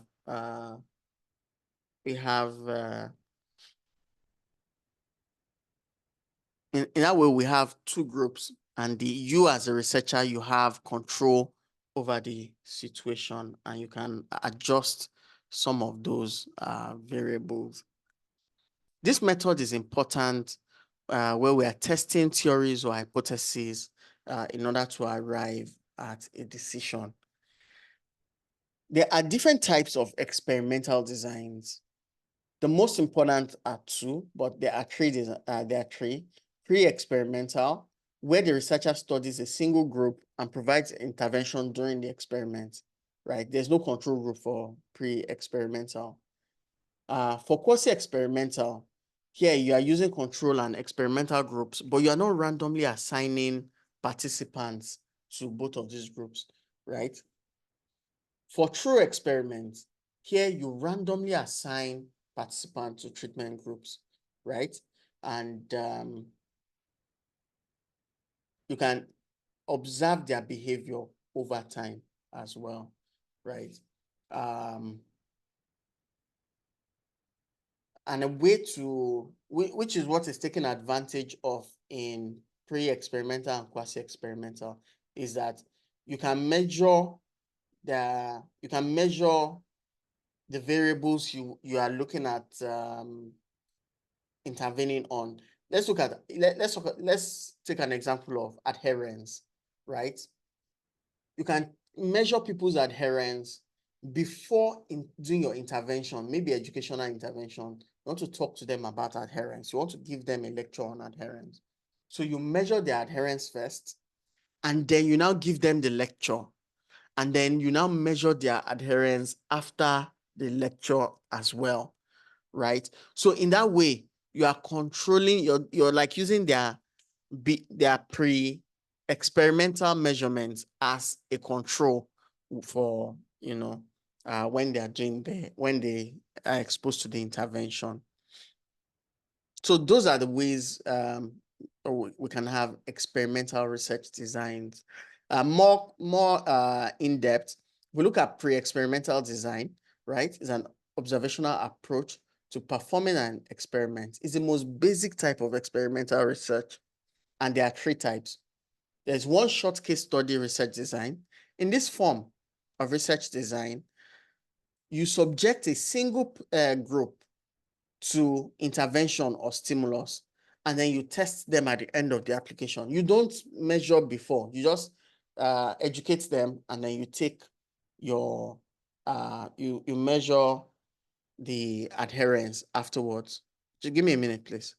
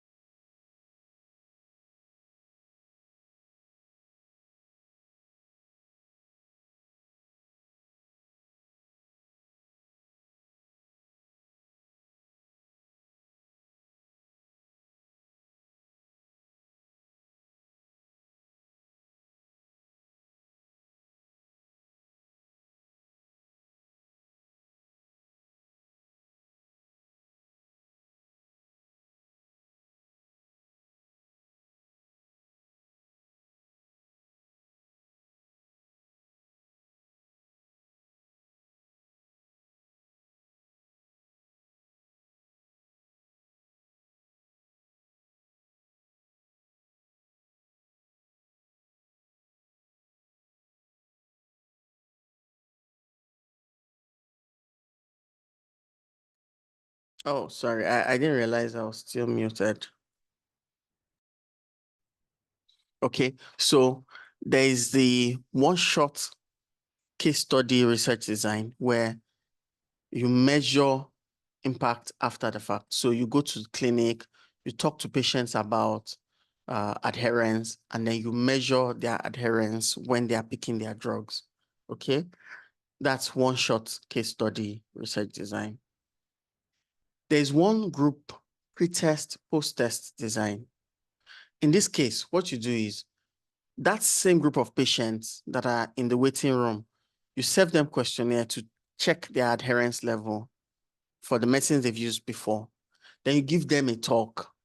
Then you serve them another questionnaire again to measure the impact of that intervention, your talk, your adherence talk, right? To determine if they've changed. Like those ones that had poor adherence scores have improved in their, intention to become more adherent. Or it could even be on different days, right? Let's say you see them in clinic today, you take their adherence score and give them a talk, and then the next time they come to the clinic, you take their adherence measurement again, right? That's one group, pre-test, post-test design. Then there's a static group comparison design. In this one, right, you assess two different groups. Only one of the groups will receive the intervention, which is your adherence talk, right? Then you test at the end of your of your speech, right? Your lecture to them, right? So you now compare what is the end result from both, right? So the group that didn't receive the adherence talk, you still check what's their adherence level as well and compare. Okay, this group that didn't receive, this is their adherence level. The group that received your adherence talk, this is their, it's almost like the one shot case study, right? But you're now adding one extra group to it to make a static group comparison. Okay?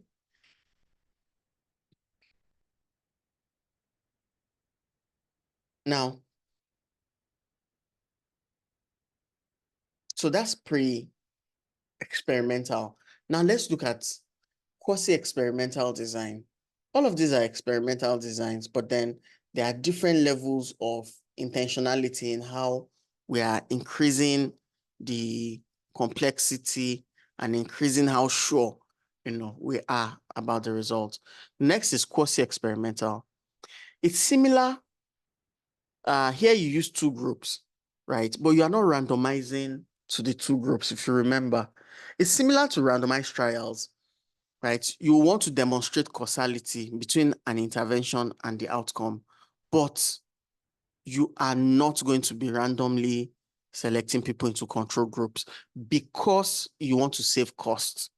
Okay, so here you have a broad range of non-randomized intervention studies. The design is frequently used, especially when it is not logistically feasible or ethical to do a randomized control trial. First example we'll cite is a hospital introduces a new order entry system. That's a hospital management software, right?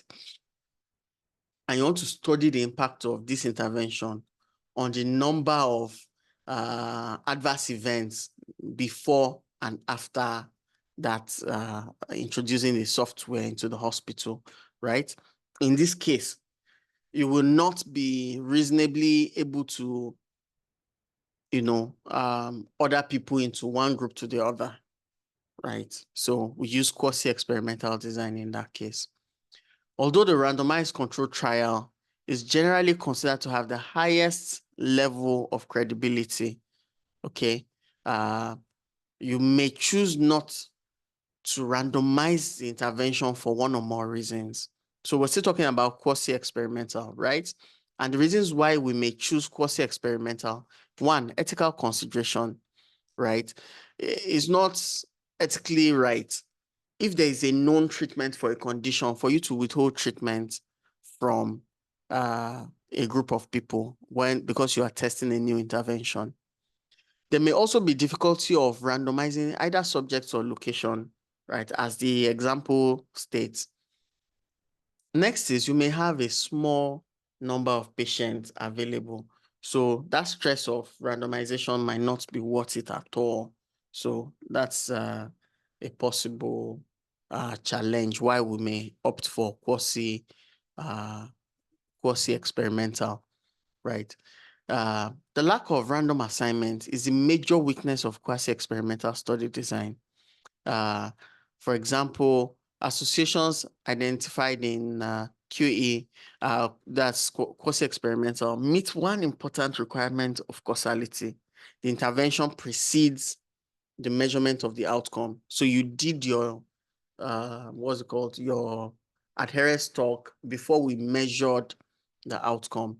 Another requirement is that the outcome can be demonstrated to vary statistically with intervention. So those who didn't receive it can be shown not to have, have the impact like the group that got the adherence talk. There are mainly 9 threats to how trustworthy our results are, and all of these are listed here: ambiguous precedence, selection bias, historical events, maturation of audience, regression to the mean, attrition in sample, testing bias, instrumentation bias, and then interactive effects as well. So some of those that are in the treatment group might mix with those that are not in treatment group. These are examples of quasi-experimental study design. And I think you should pay attention to number 2, right? Which I have described before. Now, the last experimental research design method is called true experimental research design. And it's a process of carrying out research in an objective and controlled fashion so that precision is maximized and specific conclusions can be drawn regarding a hypothesis. It relies on statistical analysis to prove or disprove a hypothesis, making it the most accurate form of research. Now, only true experimental design can help us establish causal effect, within a group. And in these 3 factors need to be satisfied. So this is the most detailed research design, the experimental research design. And it's sometimes in medical and pharmacy, it's sometimes called clinical research. There must be a controlled group which won't be subject to changes, and an experimental group as well. That's number 1 rule that must be satisfied. Number 2, In the experimental group, there must be at least one variable that can be manipulated by the researcher.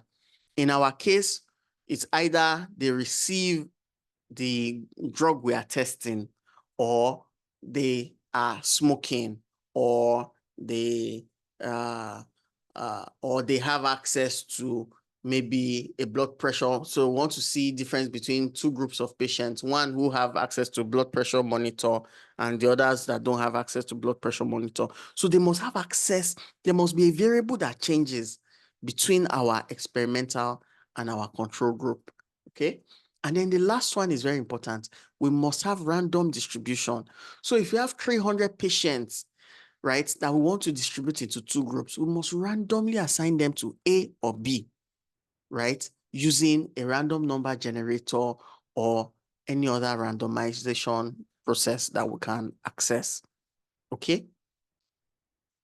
So in a true experiment, at least there must be two groups, control group and intervention group.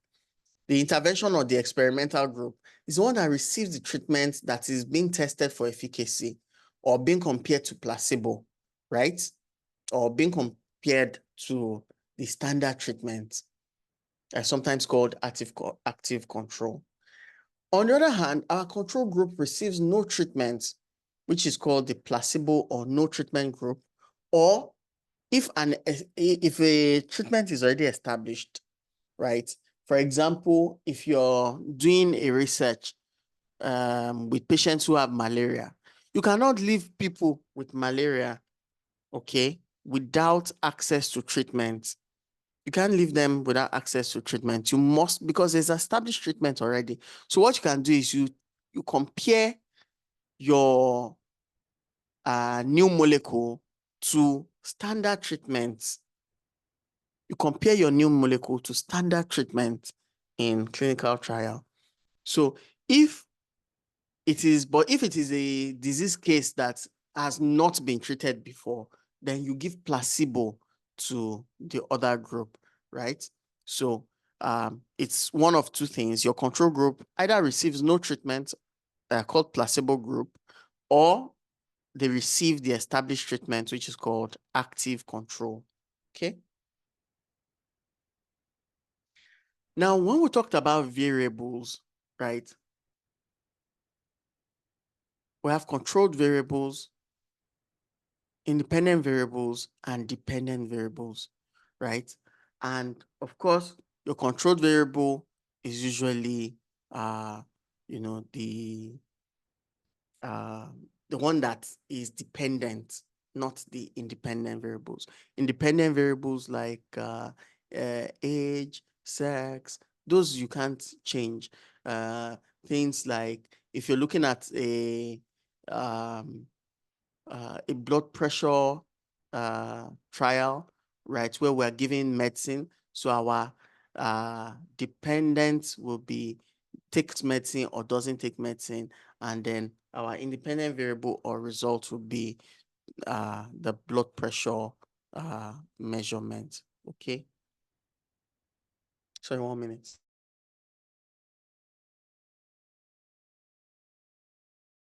Okay, so in that way, our controlled variable is usually the medicine where the intervention we're given, right? And then the observed variables are the ones that change.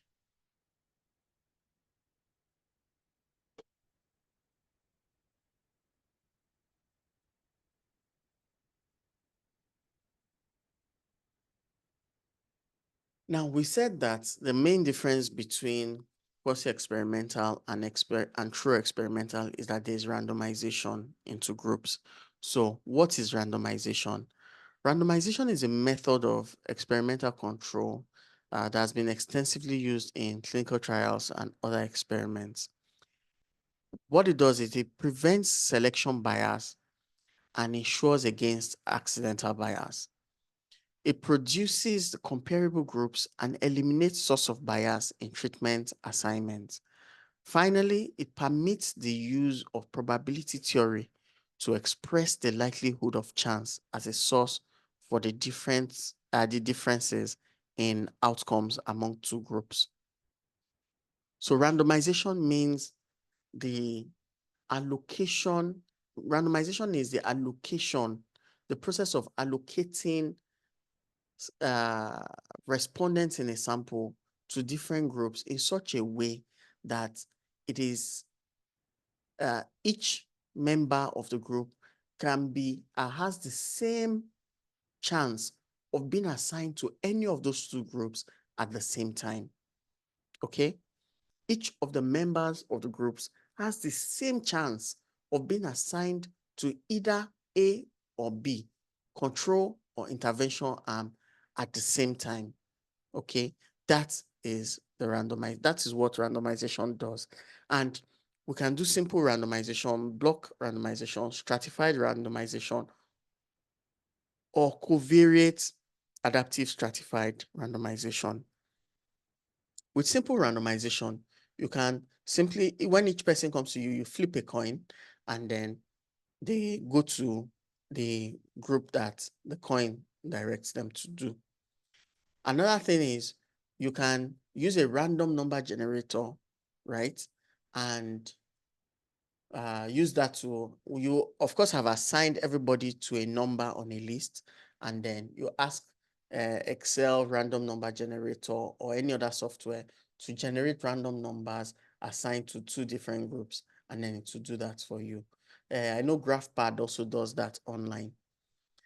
GraphPad, it's a software online and a free online software. You can do that as well. Then there's block randomization. This is where you put people with similar characteristics, right, and randomize among them into two groups. For example, if we have in a clinic, we want to randomize 300 patients, right, into control and intervention arm. Well, one of the things we can do is we can divide and say, okay, patients with their blood pressure over 130/85, right, to be considered uncontrolled, and those under 135/85 will be considered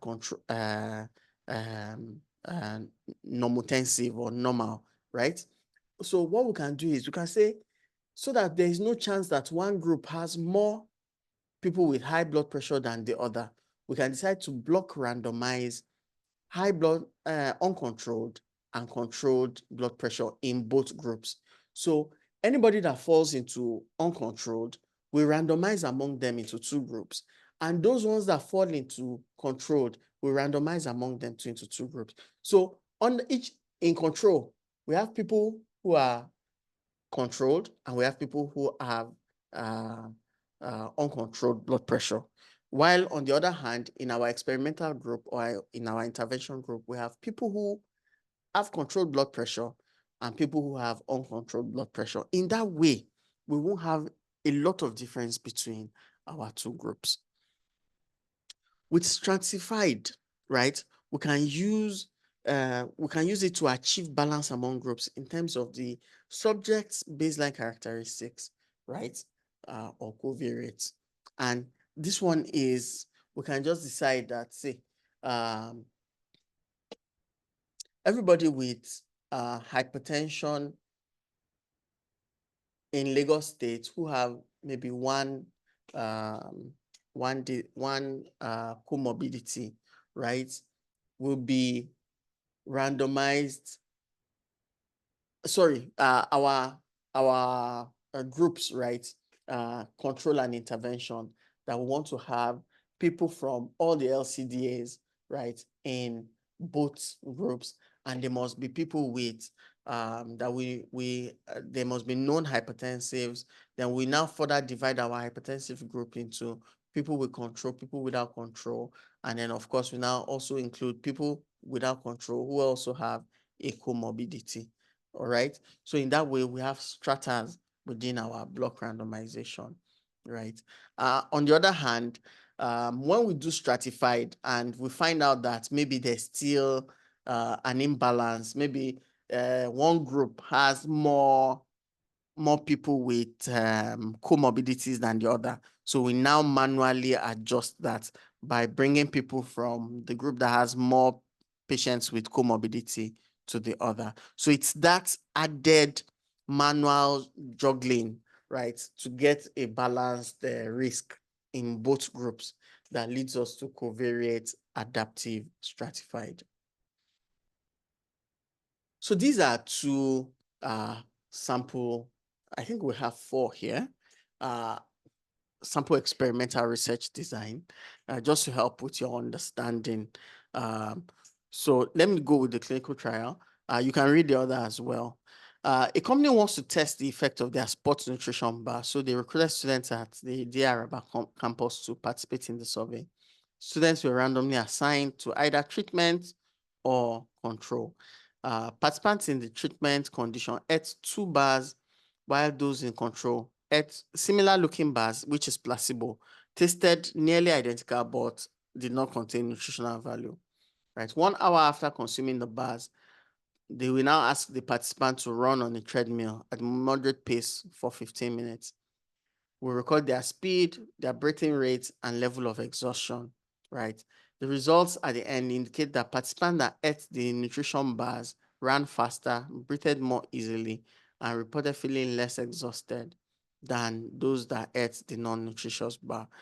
Now, we can make that conclusion because we've controlled for bias when we did our random assignment, right, of participants to the treatment and the control arm of our study. Okay, so that is why we can make such claims at the end of our trial. A similar one here, where we're assessing effectiveness of a treatment as well. Okay.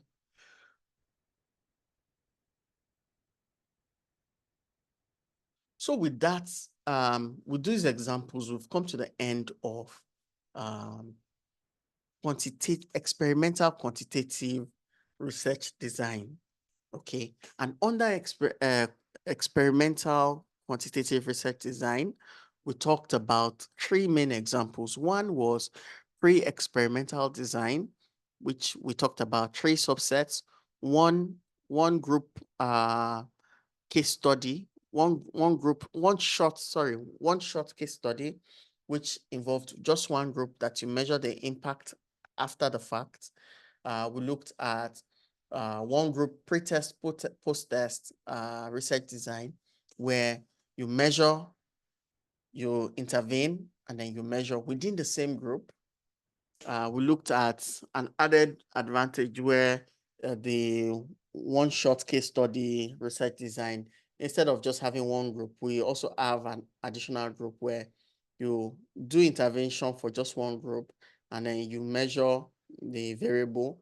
And then the other one, the other group, which is almost like a control group, you measure the variable when you're measuring the variable for the intervention group as well.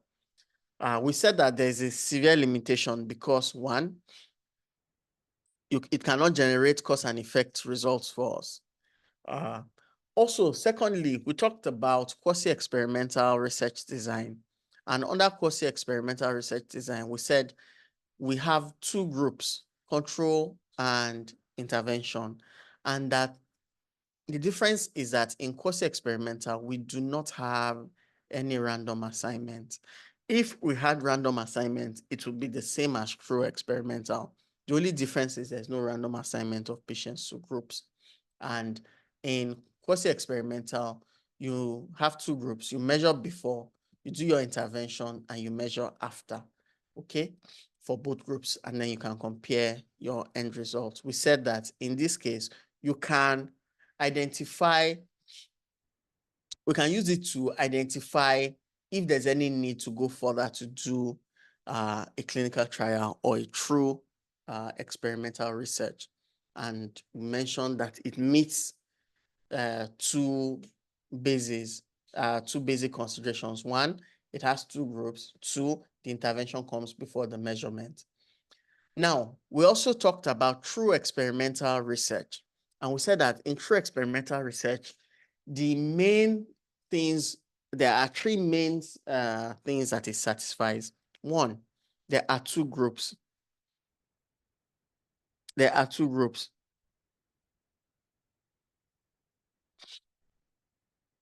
Right? There are 2 groups. So for the 2 groups, intervention and control. One group takes the intervention, the other group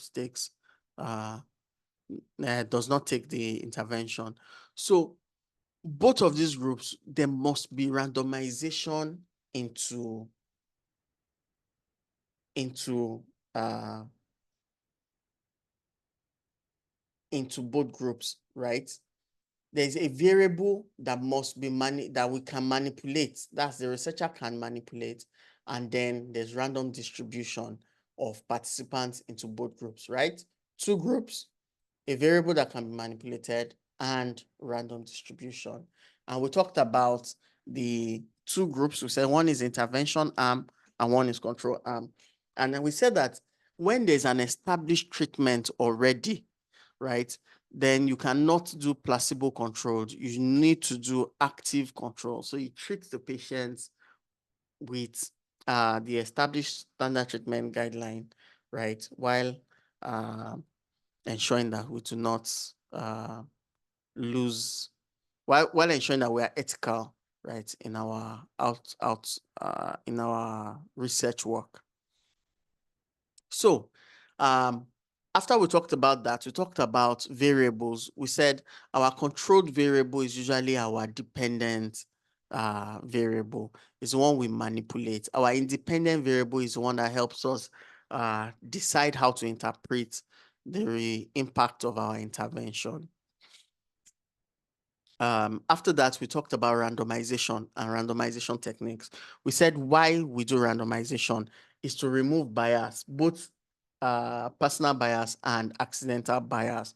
We also talked about how to do our randomization. We said we can do simple randomization where you flip a coin, or you do random number generator, right, which is a software, and it is easier to do. Then we said we can do block randomization where we just use one characteristic to ensure that we have the same number of participants, having the same features across the two groups. We also said that you can have stratified randomization where you have a large number of patients or in different locations. You can do stratified randomization based on the characteristic of the population you want to randomize. We also talked about the covariate adaptive stratified, where you can juggle some patients in order to have a similar picture of all patients across board. Now, what are the steps in developing your experiment? Number one, you must generate a research question. Number two, you must state a testable hypothesis. The use of this medicine will likely result, the use of this medicine results in so-so effect. Maybe the use of this new cough medicine will result in the improvement of coughing for patients who take it, right? So you state your testable hypothesis, or it could be patients attending adherence counseling. Patients attending adherence counseling will usually have minimum of maybe 60% improved adherence over the course of 6 months. Or patients who attend adherence counseling will have improved adherence compared to those who do not receive adherence counseling, okay, which is comparative. Now, you determine how to control variability during the experimental process. So, for example, you can decide which is your randomization, right? You do your randomization, and then you be sure that, okay, people in one group are not more sick than the other. So it's either you're using block randomization or you're using stratified randomization. But if you use simple random allocation, it's all well and good. Just check to be sure that there's no difference between the two groups, and then that's fine. Then you select or develop your intervention conditions. So what's your intervention condition? All the patients in your intervention group What will they take? What time will you check them? Will you take your measurements of blood pressure? At what time will you check if their cough has improved? At what time will you check if their adherence has improved? What tool will you use to check it, right? So you develop your intervention conditions. You then go ahead to sample from a population in order to assign them to experimental condition, and then you take your measurement and record your output. So with that, we've come to the end of quantitative research design. Now, taking it from the top, you remember under quantitative research design, we talked about non-experimental quantitative research design, and we also talked about experimental quantitative research design. Under non-experimental quantitative research design, we talked about survey method, we talked about survey method, we talked about ex post facto research, we talked about comparative research design. Under experimental research, under experimental quantitative research design, we talked about pre-experimental research design, we talked about quasi-experimental research design, and we talked about true experimental research design, okay? And of course, we also talked about steps in developing an experiment as outlined here. Now, let's talk about qualitative research design. Remember that in the last one, we're talking about how to make decisions with numbers, measurements. Now we're looking at how to make research, how to deal with meaning, associated meaning, and ascribed values, okay? So qualitative research emphasizes exploration, understanding meaning, which people or groups ascribe to social or human problems, right? The historical origin for qualitative research comes from anthropology, sociology, humanities, and evaluation. Qualitative research design produces data that is not quantifiable using open-ended, that is not quantifiable by using open-ended questions. For example, instead of saying between 1 and 4, between 1 and 10, how do you feel? We ask patients, can you describe how you feel? Right?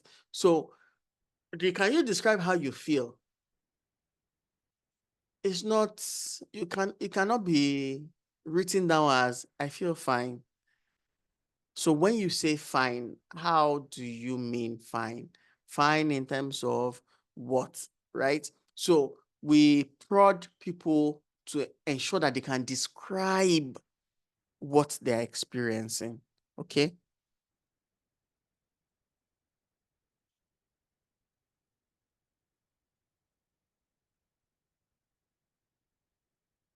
Okay, and in that way, we're able to understand the kind of meaning they associate with the experiences they've had, right? This approach enables you to understand issues by investigating them, where it has happened and the meaning that individuals bring to them, okay? Qualitative research is usually inductive in nature and has several underlying assumptions.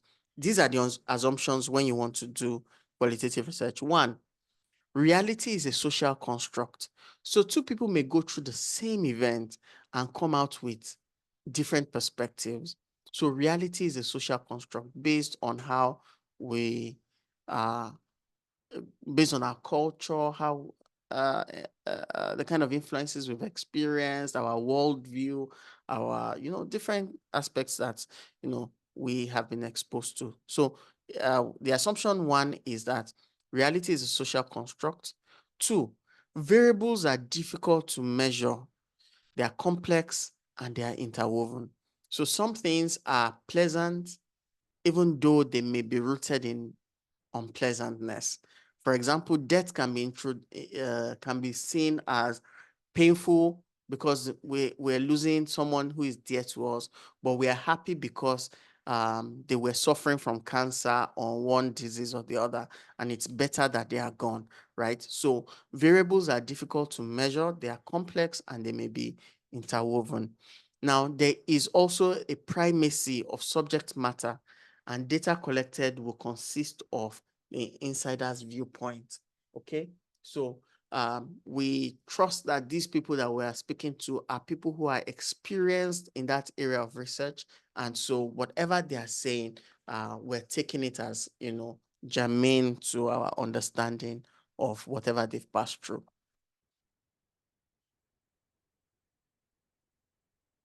This approach to research values individuality, culture, social justice. So it provides content and context-rich breadth of information, which, despite being subjective in nature, is current. Usually when we're doing qualitative research, even though we're looking for information that, individuals, is based on how individuals interpret them, right? A very good example of qualitative research is trivia, or these things, media houses do, Vox Populi, right? That's the voice of the population, where they go into the markets and ask people about the economy, how they feel, stuff like that. Those are qualitative methods of sampling opinions. And, as those opinions are being voiced, right, it reflects what is currently happening to those people. And, it helps us understand how to respond to if you're a policymaker. The methods used to collect data under this design are basically interview, observation, and participation. So under interview, you have something like key informant interview and focus group discussion, right, under interview. And then observation is usually you sit in and observe people's interaction, and then you document it. And then participation is you are getting immersed inside the event itself. And then, for example, if you want to understand why maybe a morning episode becomes chaotic, right? You go there, you find out what this person represented for the different warring factions, why the person's death has now become an issue between the two of them. So you participate in the mourning, you grieve as well, and then you sample your own opinions as you are participating in the research condition. So these are sociological research means that helps us identify. It helps us because in medicine, you think about in medical research or clinical research, we're looking at just something that happens within clinic, right? This person takes the drug, gets his benefit. This one doesn't take the drug, doesn't get the benefit. But in pharmacy-related research, especially clinical pharmacy-related research, we know that people's behavior is a central part of medicine use. So we've adapted a lot of these methods to complement what we do in clinical research. And so you find a lot of those methods are useful in our own research as well.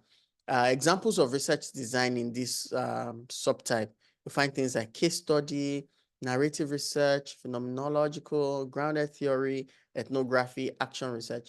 Underline all these are key informant interviews, focus group discussion, observation, participation.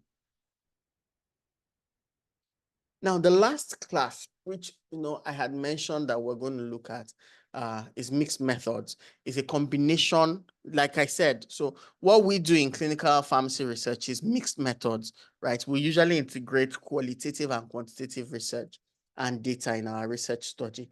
So in this way, both of them have their weaknesses. Quantitative has its weakness, qualitative has its weakness, right? In quantitative, for example, how do we look at death? Right? If somebody has died, we treat it as, as a nominal figure, right? 0. we sometimes look at, we sometimes treat it by excluding that data under number needed to treat, which is also a way we treat or analyze data under quantitative studies, right? So when a patient dies in quantitative studies, we just treat it as an event. The person is dead. During treatment, 2 patients died. It's barely a footnote, but of course, it's something that we consider, okay, how many people died? Was it related to all-cause mortality or related to the drug they were using, right? Now, if on the other hand, right, we look at the qualitative part. On the qualitative part, we look at what's the meaning that 2 people died among 100 that were exposed to the treatment, right? We look at what is the meaning that is attached to this. Does it mean that they had a shorter period of exposure to pain? Does it mean they had a shorter period of exposure to discomfort? Is it better in terms of quality of life, or is it better in terms of end of life, right? Compared to extending their debilitation by maybe 6 years or 5 years, and their quality of life is zero, So we look at, so when we merge those two together, we're able to give meaning to some of the things that we gloss over in quantitative. By bringing in mixed method research, we're able to improve the completeness of our research work. So this study was born out of the idea that both have weaknesses, right? By collecting these 2 kinds of data together and analyzing them, we neutralize the weakness of both. Now, this approach leads to a greater degree of understanding, unlike if we're just using one quantitative or qualitative alone, right? And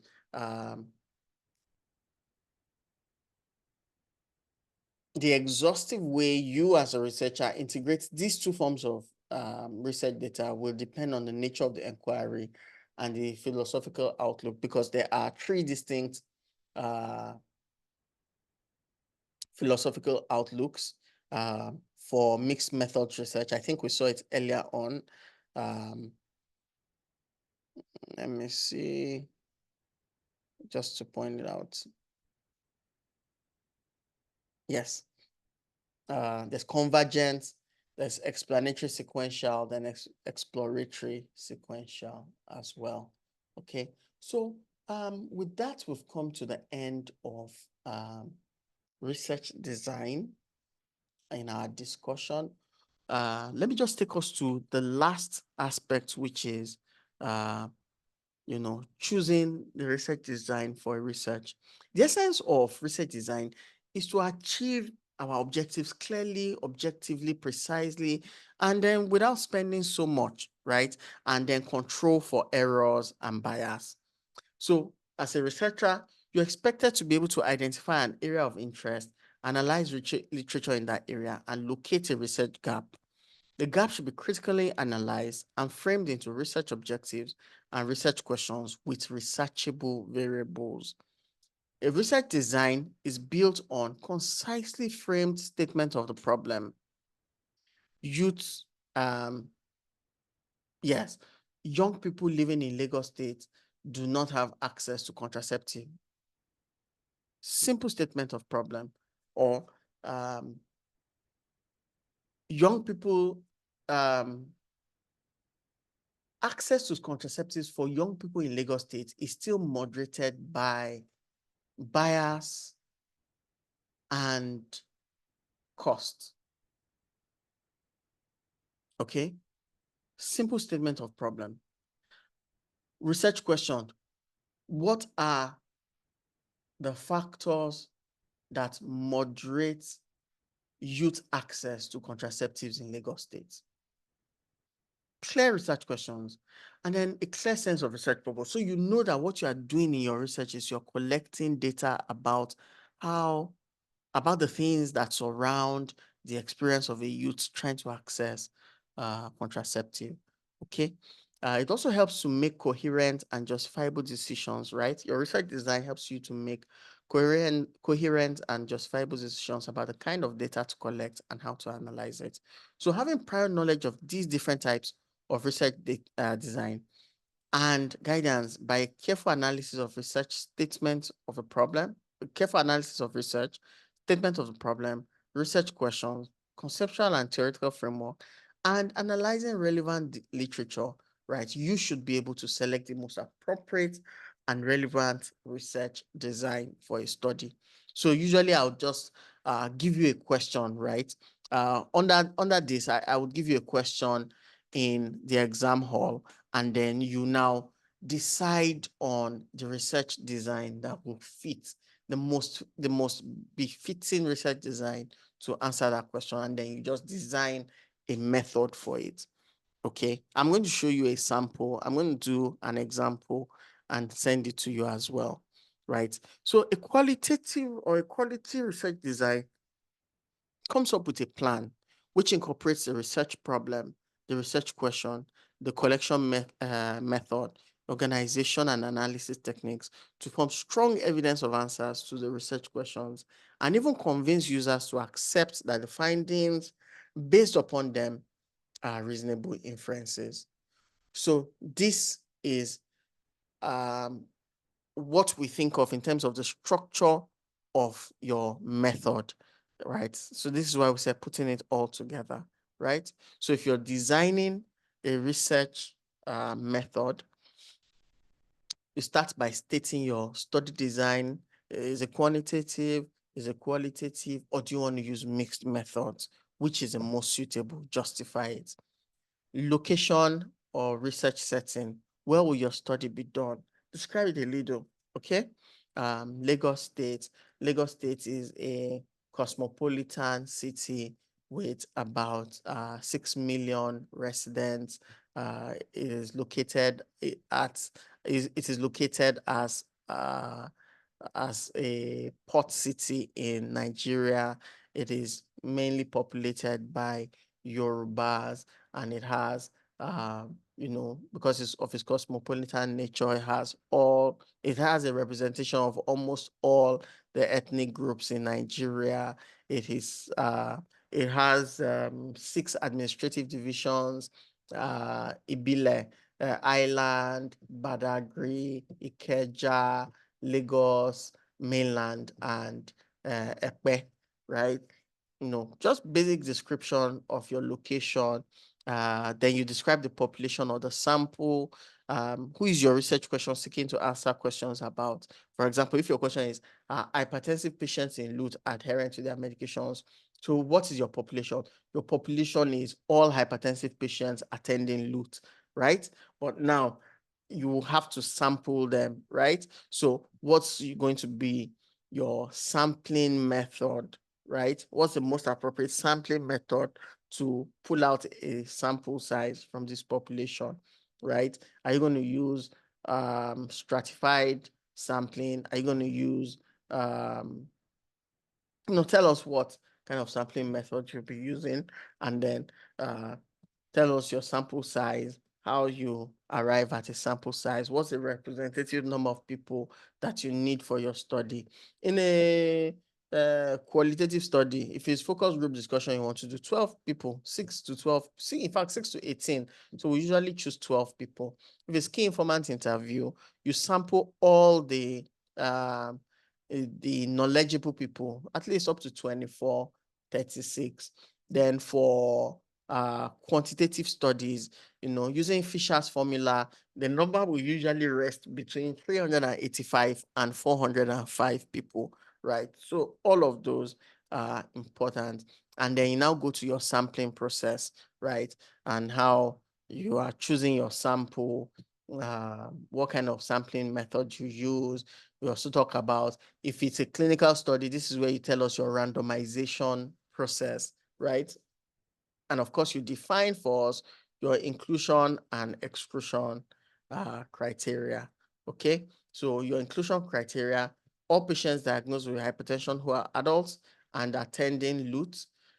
Exclusion criteria: except those that have dementia or are hospitalized at the time of this research.